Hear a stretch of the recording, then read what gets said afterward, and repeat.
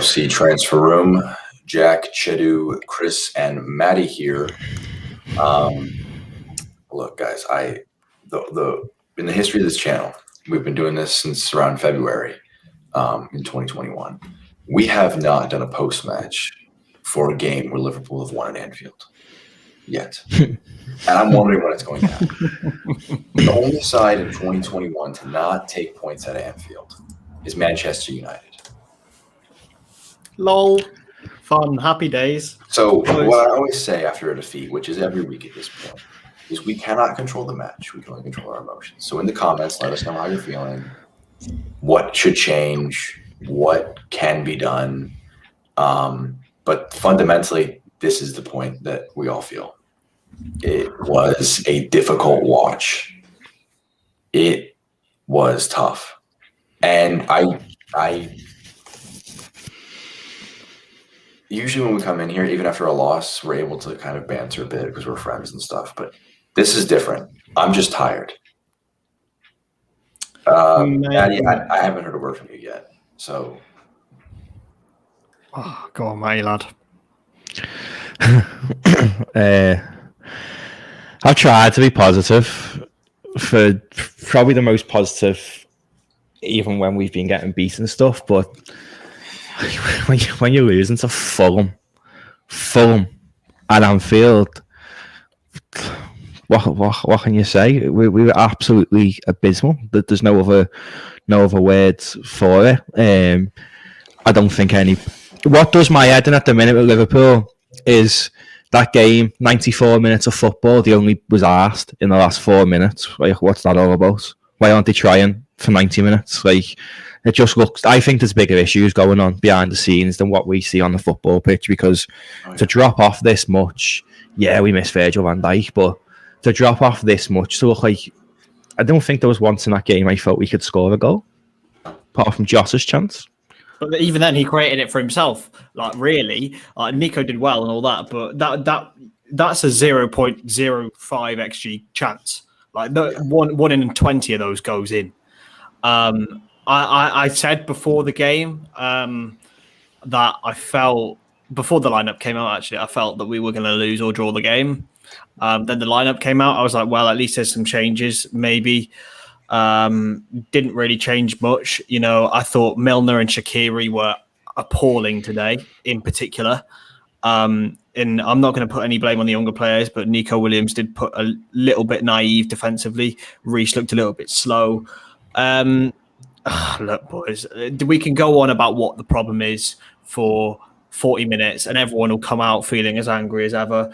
Look, there's no explanation for this. I honestly, I can't pinpoint anything that's going to say, right, oh, that'll change our fortunes. We're just in the mud at the moment. There's a few comments I want to get to. I'm going to let Chedu get his first word in though, and then we'll talk to some comments. It was a tough game to watch. I mean, to take it a little bit out of the negativity side of things, there are some things that I quite like. I won't say liked, but that were interesting at the very least. I mean, first of all, Fabinho's back in midfield for the first time in God knows how long. It's a positive sign. Hopefully for the future. Hopefully we see him starting in midfield next time, maybe against Leipzig.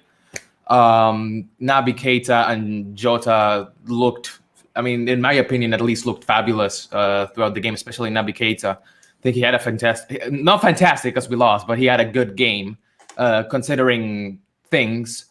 The more Phillips plays, the more he looks like Prime Maldini. So I like that. I'm liking that side of things too. But although there are a lot of negativities, want to look at the bright side at least a little bit to cheer ourselves up a little bit. I admire that from you, Chedu. You talk about how we're going to win the Champions League in our group chat, and I don't know how you do it. So we're going to go through some comments here. We will win the Champions League, boys. Come on. That's the one positive out of this season. Jack, can we have a look at Black Hammer's comment, please? The one about being exploited. I'm going to go start at the top now, and I'll pull it up in a second. We mentioned this before. Only positive would be if Rangers won the league. They did do that. Congrats, Stevie. Lovely guy. I mean, I made on that, I'm made up for Stevie, but I'm not made up for that football club. I think that's how a lot of people feel. Keita, I think we can all be in agreement on this. He looked very good. I won't claim to actually know how you feel about him. I think he looked tremendous. I think he was one of the only players. Wow. I think this is a little. Go on. Yeah, I completely agree. Mo Salah should have hoofed that ball. I don't know why he's trying to back himself into defenders on the edge of our box when after like a corner and you've got all their players up there. It's a ridiculous tactical decision, and I just can't believe that he made that decision. He's a world-class footballer and he thinks he can back into play. This is hilarious.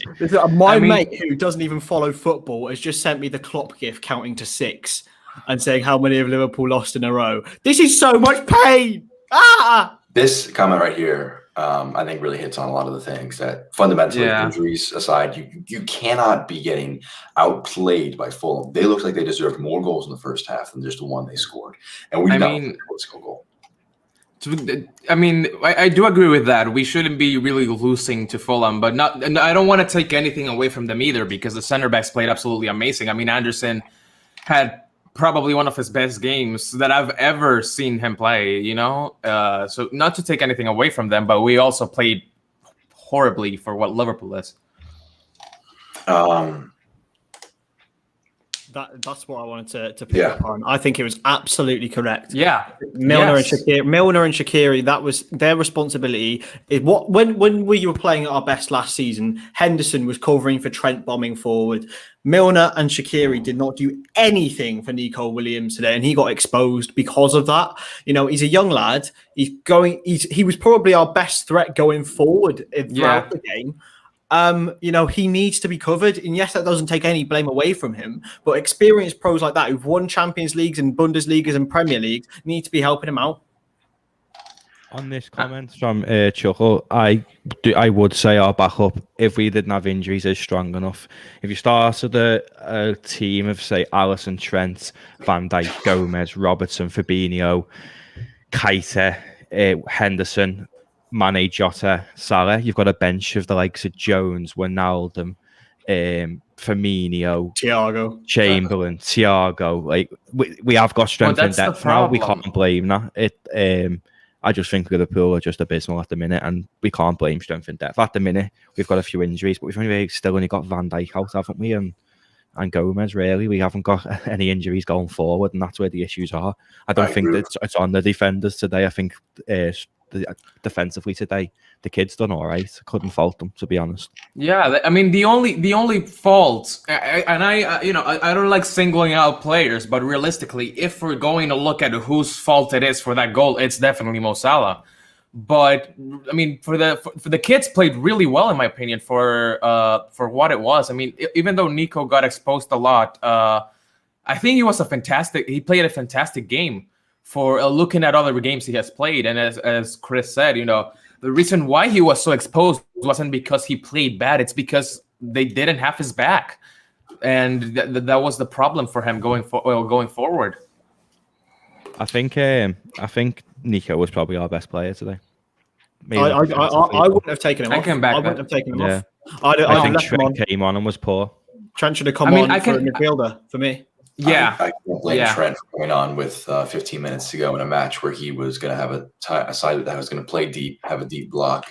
He was never going to have success, and if he was going to have success, it was going to be 20 minutes earlier in a match where he could have actually made a bit of a difference. But I agree with you, Nico should not have come off. What does the Ox need to do to get a game for this club? Why is Shaqiri? I don't like Ox. Play better. Nah, he's not getting a chance. Today would have been a perfect game for the Ox to have a chance, and I think the Ox would have offered a lot more creatively than Shaqiri. Shaqiri was abysmal. But whenever he has played this season, whether it's mostly coming on, he hasn't done anything. You have to think about it. You have to think about it though, because he had a long spell out. He'd been integrated back into the team, and then as soon as he gets a game, he doesn't get another look in. It's the same with Minamino earlier this season. Like they don't get a look in. Like they get a start, and then I'm not saying about Taki, and he would go and save our lives, but people get a game, then they get taken out of the fray. They don't have any sort of flow.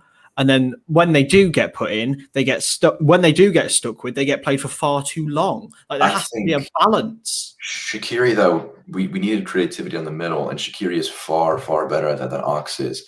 Even on Ox's best day. I'm sorry. I don't trust the guy.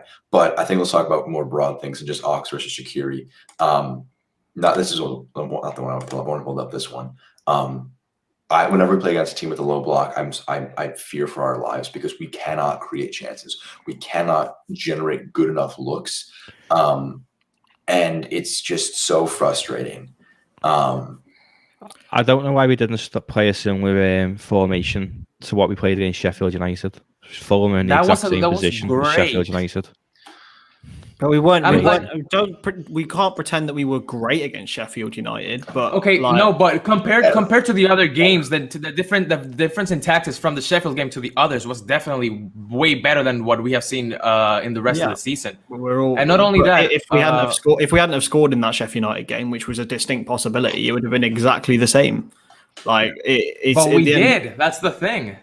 And if we'd have scored today, people have been saying we'd have played well. Like, look, it's all dependent on results, and our performances are not good enough. Since the start of the season, Tottenham made mistakes, West Ham made mistakes, Sheffield United made mistakes. That doesn't take it away from it, to be honest. And Leipzig as well. On top of that, Leipzig was the biggest example of that.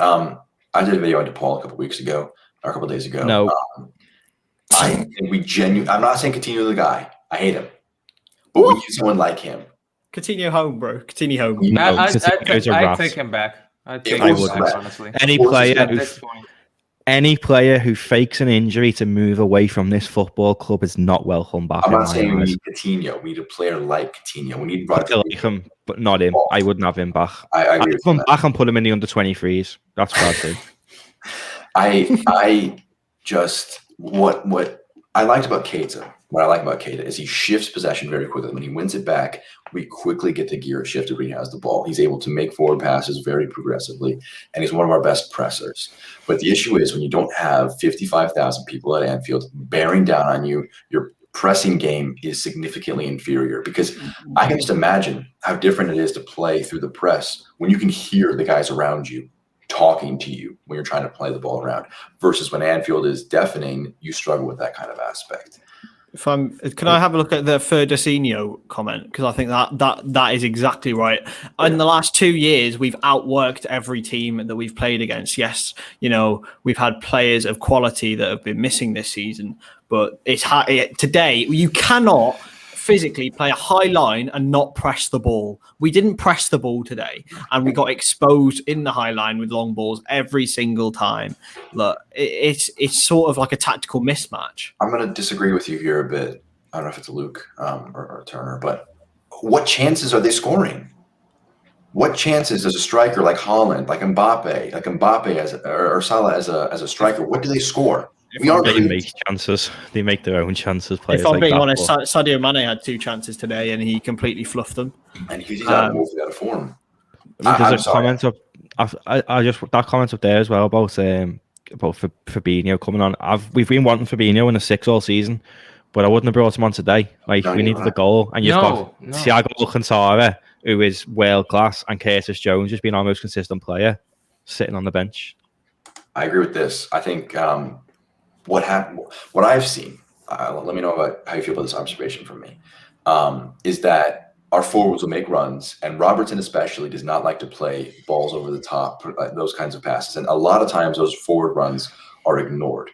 So they've stopped doing them, instead opting to kind of come back and receive the ball. And Keita wasn't able to make as many of those passes because there weren't as many of those options. That's how I view it, and I feel like we need to try these passes over the top a bit more because what happened was we are far, far too passive and calm with the ball. And the thing is, Jack, if you play a pass over the top, you've got Mane, Salah, and Jota running onto it, who are all sub 5'10". Their back two were Anderson and Adebayo, who are both 6'4 plus. I'm not talking about in the air. I'm talking about when we have change of possession, hoofball, just send it over the top of the defense and try and get someone to run onto it. Those passes were never on. No, but again, like when we have done that in the past, people have been saying, "Oh, why aren't we being more patient with the ball? Why aren't we being, keep the ball?" Like it's all like we can try and change X, Y, and Z. There's a deep line problem that goes beyond tactics, personnel, everything at this football club at the moment. It is rotten from the core. I don't know what we can do to say about making it better. I'm gonna raise a comment I saw. Someone said change Klopp, and before we immediately dismiss that out of hand, I want to do that. But fundamentally, I look at Chelsea under Tuchel, and of course, Lampard's Chelsea is not even a tenth of what Liverpool under Klopp are. But I'm wondering, would a manager change these problems? Not because they'd be better than Klopp tactically, but because it'd be a different voice. They'd be hearing someone different. Jackie boy. No one could be as good as Klopp tactically. No one's saving this, bro. I think when Klopp goes, I hope it's no time soon.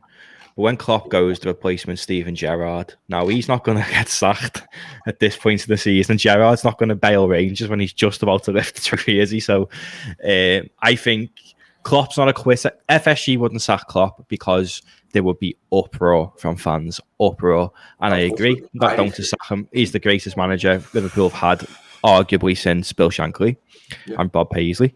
But Klopp's not a quitter and he won't walk away. Klopp will still be here till the end of his contract, I think, unless the opportunity for Gerrard to come earlier is and Klopp decides he wants to have a sabbatical. But I can't see Klopp quitting. He's come out this week and said players won't leave. If we don't get Champions League, he knows them well enough. And if they do want to leave, he doesn't want them. I like that attitude. But I suppose this summer we're going to find out who's loyal to Liverpool Football Club and who's here just for the money and the Champions League. One person I want to highlight actually is a player who has been so unbelievably consistent for Liverpool Football Club over the last 3 years, and that's Andy Robertson, right? And I think this season, due to fatigue, due to confidence, whatever, he last year he was the shithouse, wasn't he? You know, he had a fire in his belly. This year he just and it goes throughout the team. It just seems like they're tame. Soft. Like as soon as there's a little bit of adversity, I don't like Jamie Carragher on commentary, but he nailed it perfectly. You know, as soon as there's a little bit of adversity, Liverpool go under, and that's not Liverpool Football Club under Jurgen Klopp. We have scored one first half goal in the last 13 matches with like 70 something shots. 2 goals in Anfield since December. It's embarrassing, fundamentally. And the only reason why I engaged in that Klopp out comment is because we don't know what the issue with this team is. We cannot pinpoint it.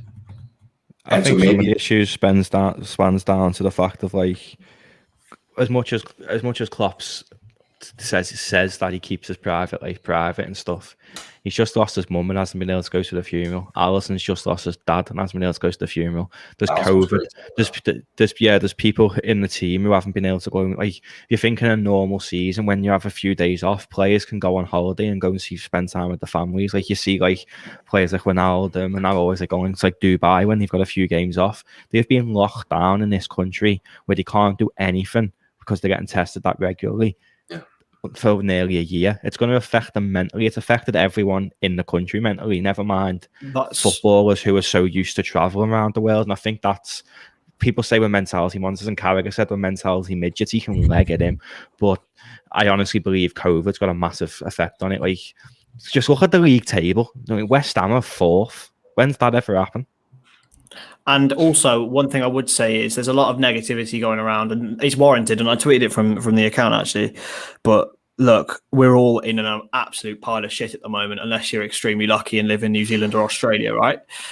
The only thing, like having these talks is draining. It is draining. We need to inject, and that's why we love having Matty on pre-game saying we're going to win 7-0, because there's some sort of positivity in our lives. Like, and yeah, we can debate the issues, but that's because we care about this football club, and this football club is a massive positive in our lives. So the only thing we can do is get behind the bastards, even though they're shit at the moment. Yeah. Do you think it's got anything to do with leaving Melwood?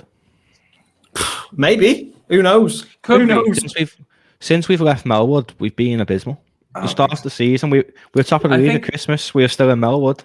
I think there's a lot of things that go into why we're being so bad. I mean, you said it yourself. COVID is one of them. Injuries, personal problems that players and the manager himself have had.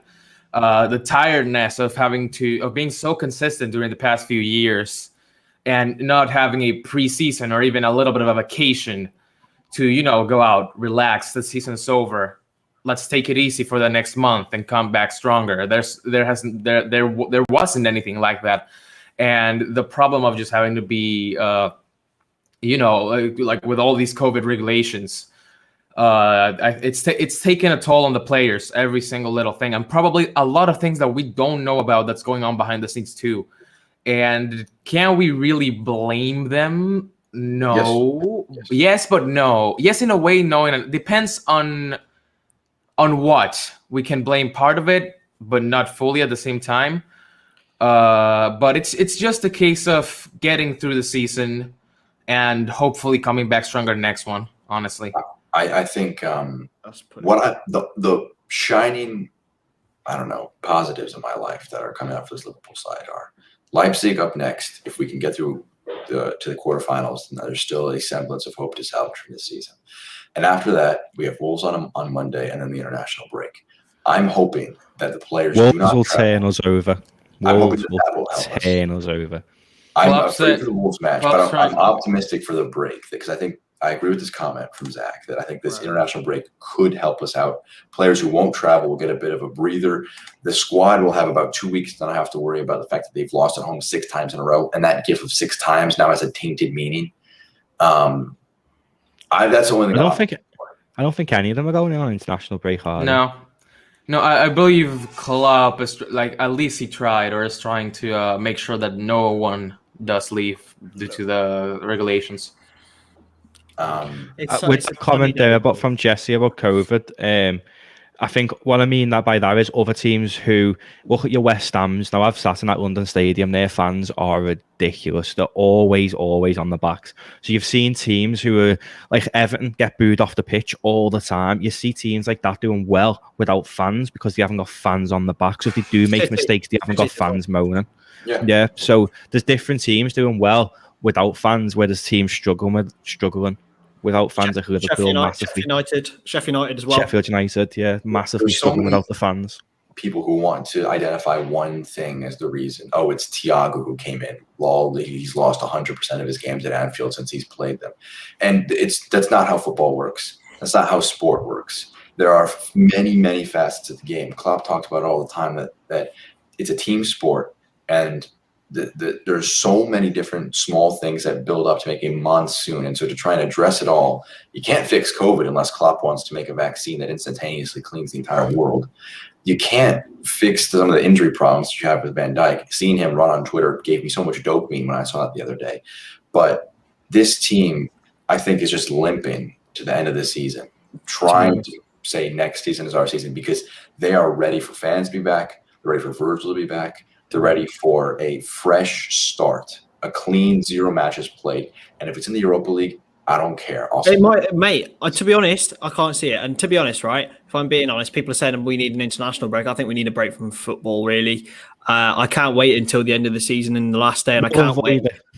Not avoid it. No, I cannot wait to be sat in my seat in the Anfield Road in September or whenever it is, or August, because that's the only thing I really care about. This season's done for me. My emotion is drained.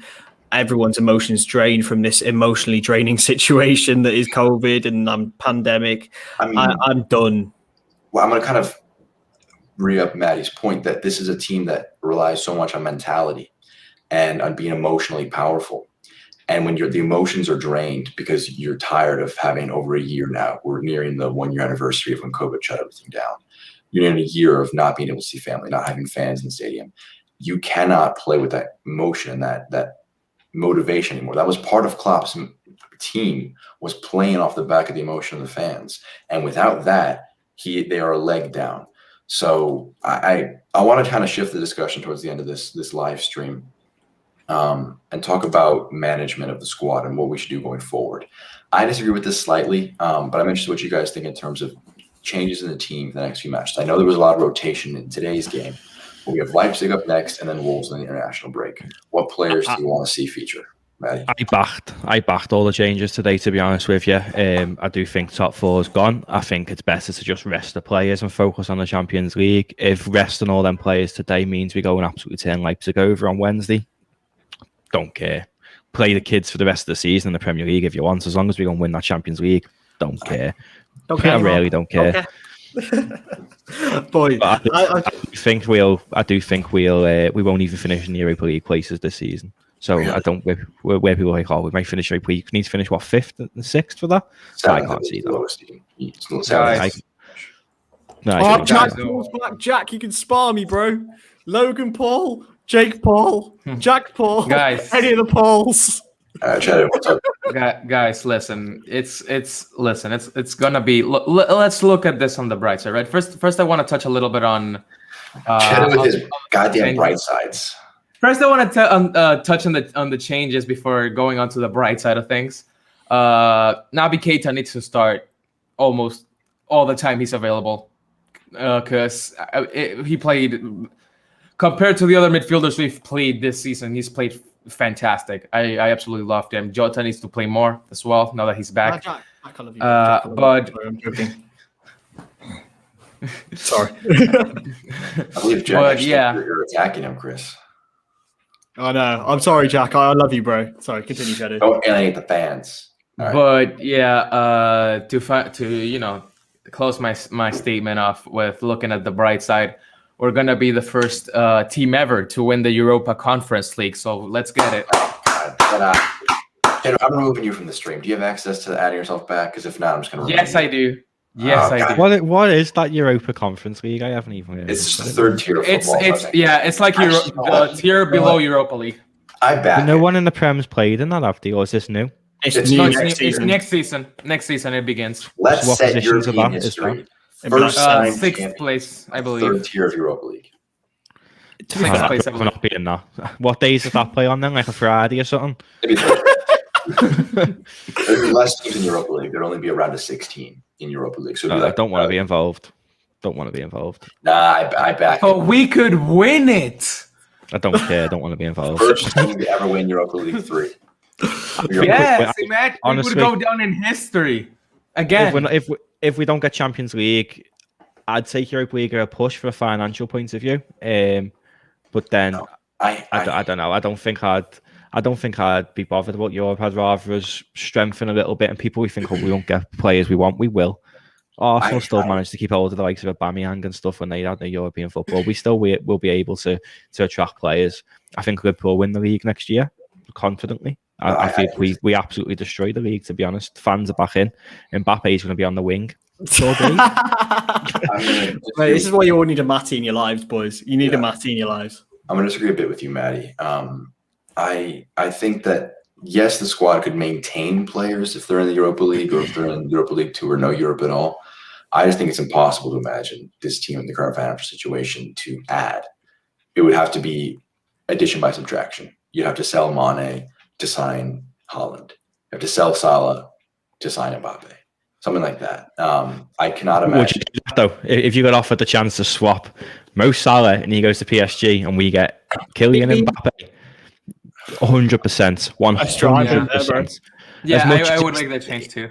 As much as he is probably the greatest attacker. Go and watch that video, by the way.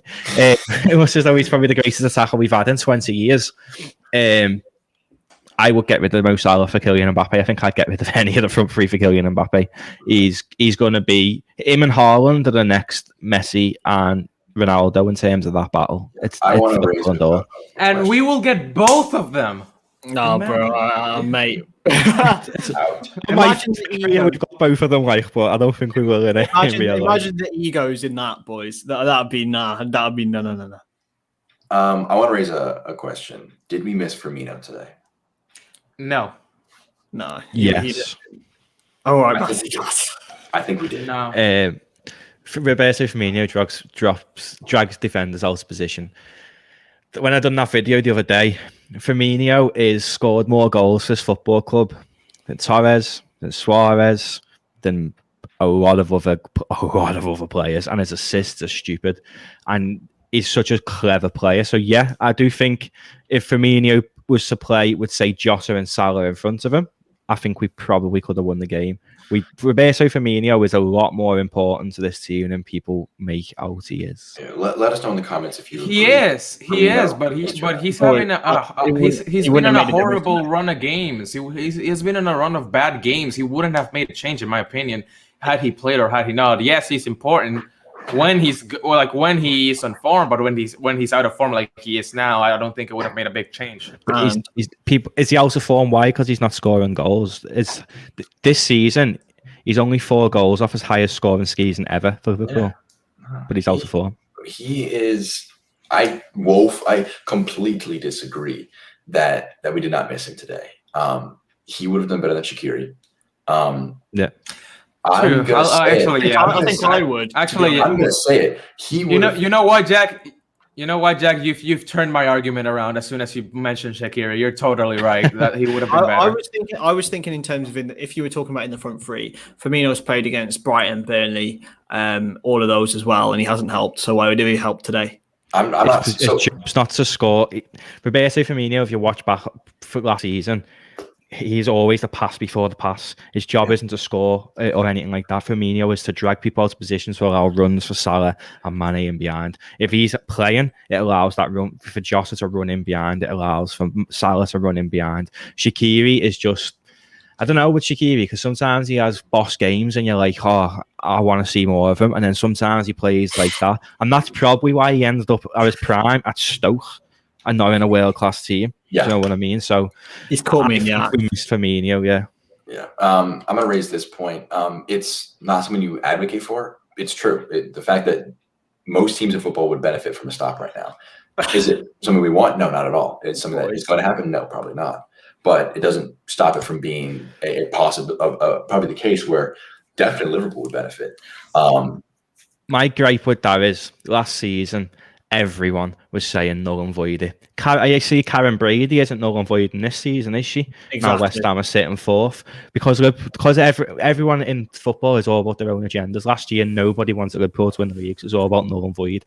As we currently stand, there is more deaths in this country than there was when everyone was calling it to be null and voided. I'm not saying null and void the football, but I think because things are starting to come back up, but I think pause the season until the 21st of June when the fans can come back in and go again. I wouldn't like to see that. Boys. To be honest with you, it would be the most stupid thing to pause the season. If we'd have done it, if we'd have been in their shoes last season where we were 5th or 6th and Man United were winning the league, we'd have been all saying null and void, but we weren't saying it then, and we shouldn't say it now. Yeah, I agree. I don't think Matty's. I agree on that side of things. But, no, I don't mean null and void it. I think that. Just for the sake of everyone, really, just because we're only going to have one game this season where there's fans in there. Do you know what I mean? Like, if any league season has got to have an asterisk next to it, it's got to be this one, surely, because there's been no fans all year. Matty, the counter I'd raise to that is keep this season as one with the asterisks. I know you hate international football, but many players love it. They play it for a reason. We can't just abdicate the Euros the second straight year in a row by pushing the season into the summer, and next season have the knock-on effect. We won't have a preseason. That's the best. That's the best thing for society. That though, missing the Euros. It's not about society though. It's about the money, isn't it? And that's what people care about in this game at the moment. Like, it's all about 2020, 2021, the season of no fans, the season of COVID, and next year have a proper preseason, have fans all back, and just say this year, yes, it sucked, but it's over. We'll win the league next year. That's what I'm waiting for, bro. That's what I said earlier. I'm waiting for next season. I'm waiting for next season, boys. I'm just here having a ride, bro. Surfing the wave. Listen, next season for me is as well. Sorry, Chedu, but the most annoying thing for me is we're not going to be able to see that trophy get paraded. Because if we parade that trophy at the end of this season, when people are allowed back out again, we will be a laughing stock. And that's the most annoying thing for me, because I honestly thought we could have won it this year at the start of the season, and then we'll be parading 2 trophies on and that we bus. would have. I want to raise Oh my God, the Manx are winning. Bruno Fernandes just scored a penalty within 33 seconds against Manchester City. Oh, no, Wait, how's the game going? Don't worry, lads. Wait, City will. how's the game? Manchester City will win that. You know what? I'd love to see a draw. Just end there. Honestly, Boys, I want to draw just that they don't keep on so that they don't break the record for most wins by a team. I just don't want that to happen. All right. You know what's going to happen this week? Better than us. But telling you now what's going to happen, right? All the results that we needed to happen will happen. So City will win, Everton will get beat, and Leeds will beat West Ham, and we've lost and not capitalised again. Same story like it was 2 weeks ago. I'm just the story of our season. My whole season's Schadenfreude based now, so I just want Man United to lose every game, and then that's I'm happy. I'm happy now, boys. I'm a bitter, twisted red, and I don't care. They've scored 2 goals against 6 teams this season. Both were Bruno Fernandes penalties in the second minute. One was against Spurs and lost 6-1, and then the other one is today. So I think we're waffling now. We're talking about Manchester United. I'm going to wrap up the discussion. Any last things you want to mention? I just to say my iconic line on the bright side. Next season, a lot of things to look forward to. Fans back. Hopefully the mentality back after a good rest by all the players.